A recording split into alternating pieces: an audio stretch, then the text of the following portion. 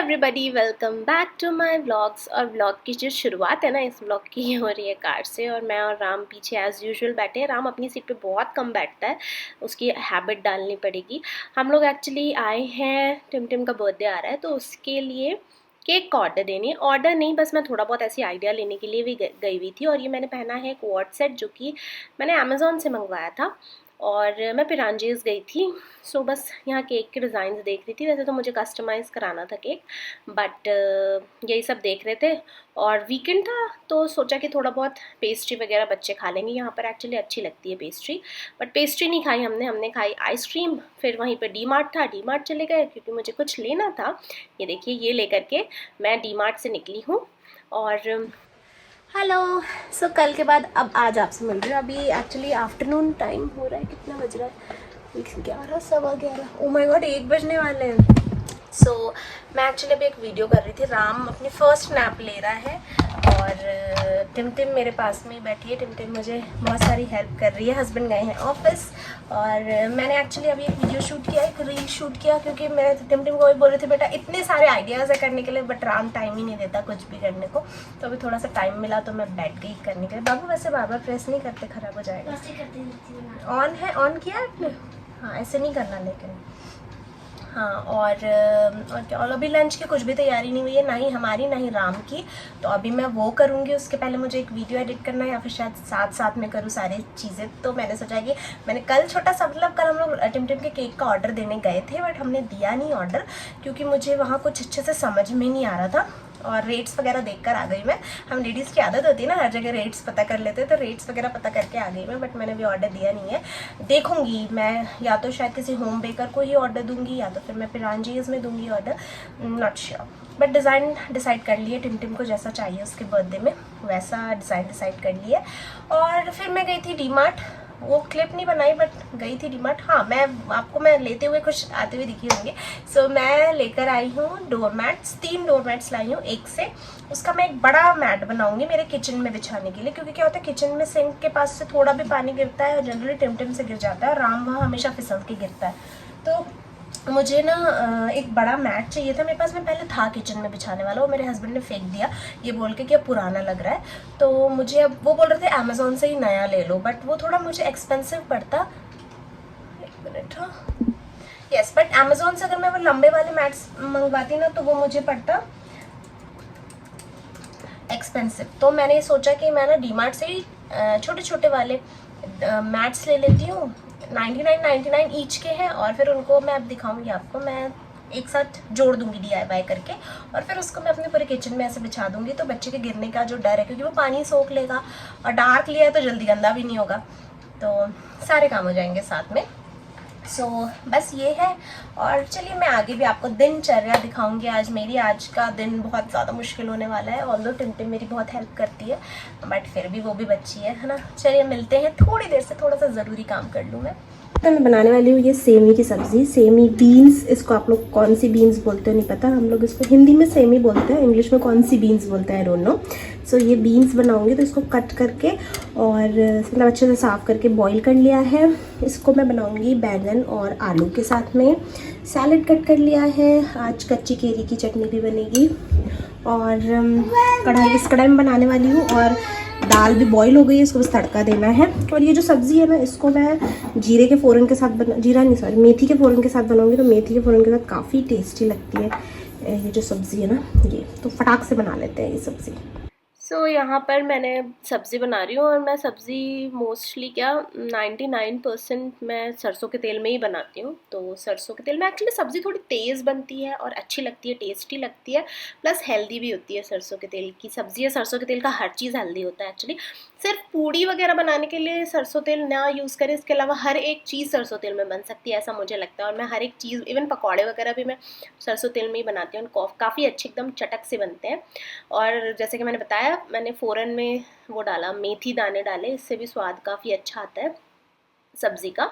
और बस बैंगन आलू, इसमें ना बड़े वाले बैंगन यूज़ करो तो ज़्यादा अच्छे बनते हैं, बट मेरे घर में छोटे वाले बैंगन थे, इसलिए मैंने छोटा वाले बैंगन ले लिया था। बस सिंपल ये तीनों सब्जियां, और थोड़े जो सूखे मसाले आप डालते हैं वो डाल करके ये सब्ज़ी बनाएं, आपको बहुत अच्छी लगेगी। पराठे के साथ भी बहुत है, मेरे हस्बैंड को पराठे के साथ बहुत अच्छी लगती है, बट मैंने रोटी बनाई थी क्योंकि मुझे थोड़ा सा लाइट रखना था खाने को, इसलिए। सो ये सब्ज़ी फटाफट बना ली मैंने। इसके बाद में चटनी वगैरह पीस ली। कच्ची केरी की चटनी ना मैं एक बार पीस देती हूँ, वो 2-3 दिन चलती है एक केरी की चटनी। सो ये हो गया था। और जब मैं कुकिंग करती हूँ तो राम मेरे आसपास ही रहता है। ये देखिए किचन की हालत सब उसने फैलाया है। और मैंने उसको थोड़े अनार दे दिया था ताकि वो बिज़ी रहे एक एक दाने उठा करके खाने में, तो थोड़ी देर तक के बिजी रहता है। तो ये मेरी एक ट्रिक है उसको फंसा करके रखने की। तो यहाँ पर मेरा लंच भी रेडी हो गया है। सैलेड है, रोटी है, दाल है, घी डाला हुआ, तड़का नहीं दिया मैंने, दही विथ गुड़, देन आम की चटनी और ये सब्ज़ी। ये मेरे हस्बैंड की थाली है इसलिए इसमें राइस नहीं है। मेरी थाली में सिर्फ राइस था, रोटी नहीं था। सो अब आज एक दिन और लेट बैठी हूँ मैं फाइनली अब इसको स्टिच करने के लिए।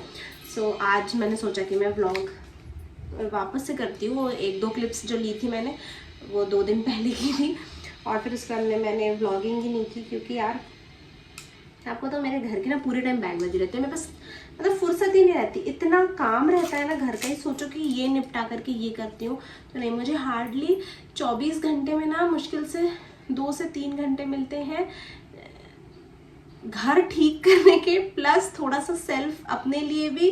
तो उस बीच में मैं वीडियो का काम करने का माइंड में आ ही नहीं पाता यार, क्योंकि देखो राम ना पूरे टाइम घर फैलाता रहता है। अभी तो दोनों सो रहे हैं तो इसलिए मैं अभी फ्री बैठी हूँ। उसका क्या है, किचन में आएगा जितने बर्तन उसके हाथ लगते हैं सारे निकाल के फैला, इसलिए मेरे वो बर्तन कभी जमे ही नहीं रहते अभी। मतलब सिर्फ अपनी जगह पर है बट प्रॉपर मैनेज्ड वो नहीं है, बस रखे हुए हैं। तो वो पूरे बर्तन फैलाएगा। अभी पूरे हॉल में फैले हुए थे बर्तन। मैंने ये शुरू करने से पहले ना वो हॉल के पूरे बर्तन उठा करके हटाए रखे। पिलोज जितने आपको पीछे दिख रहे हैं ना सब फैले पड़े रहते हैं।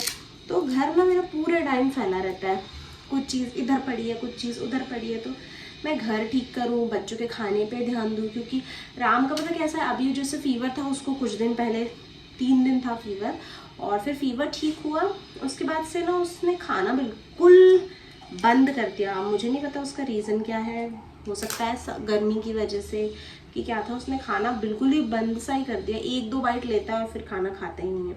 तो उन चीज़ों की वजह से भी जो माइंड है ना बहुत ज़्यादा डिस्टर्ब रहता है, तो मन ही नहीं करता कि कुछ करें, बट करना तो है। ऊपर से अब टिमटिम का भी बर्थडे आ रहा है, हमारी एनिवर्सरी आ रही है। एनिवर्सरी का तो खैर उतना कुछ नहीं करना, क्योंकि क्या है बच्चे की इमीडिएटली बर्थडे रहता है ना बाद में, तो ज़्यादा बर्थडे की तरफ ध्यान रहता है, एनिवर्सरी की तरफ थोड़ा कम रहता है।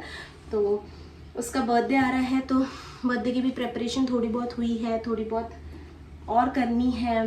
सो बस ऐसे ही चल रहा है। तो धीरे धीरे सारे ब्लॉग्स शेयर करूँगी आपके साथ में मैं। तो अभी ना सबसे पहले मैं आपको दिखाती हूँ, ये देखिए ये 3 है ना, इनको इस तरीके से मैं आपस में जोड़ दूँगी तो ये बन जाएगा मेरे किचन के लिए एक बड़ा रग, जो कि देखने में भी काफ़ी अच्छा लगेगा एंड क्वालिटी वाइज भी ये काफ़ी अच्छा है। तो इसको ना मैं फटाफट स्टिच कर लेती हूँ।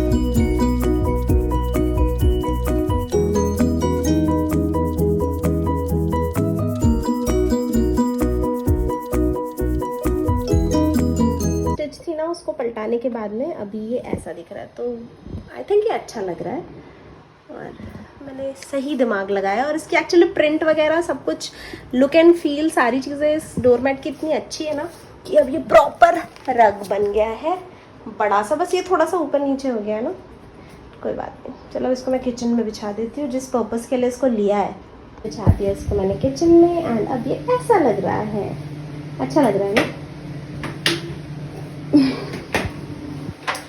किचन का कुछ ऐसा हाल है। इसमें राइस थोड़ा बचा है, ये यहाँ रख दिया है। ये डब्बे ये सब राम ने ना निकाल के खेला था, तो मैंने ये इधर रख दिया चला करके। ये भी बिल्कुल मेस्ड है, ये बिल्कुल जमा हुआ नहीं, क्योंकि राम पूरे टाइम इसको फैलाता रहता है। और ये मैंने ना फ्रिज से निकाल के रखा है वाटरमेलन, बच्चों को भी सो के उठेंगे तो खिलाऊंगी। मैं भी जा रही हूँ, थोड़ा सा आराम करूँगी। टाइम कितना, 4 से ज़्यादा हो गए, 4 बजने वाले हैं। यस 4 बजने वाले, थोड़ी देर मैं भी रेस्ट कर लेती हूँ। फिर ये शाम को हम लोग रेडी हो रहे थे, हम लोग रिलायंस जा रहे थे थोड़ा बहुत सामान लेने के लिए।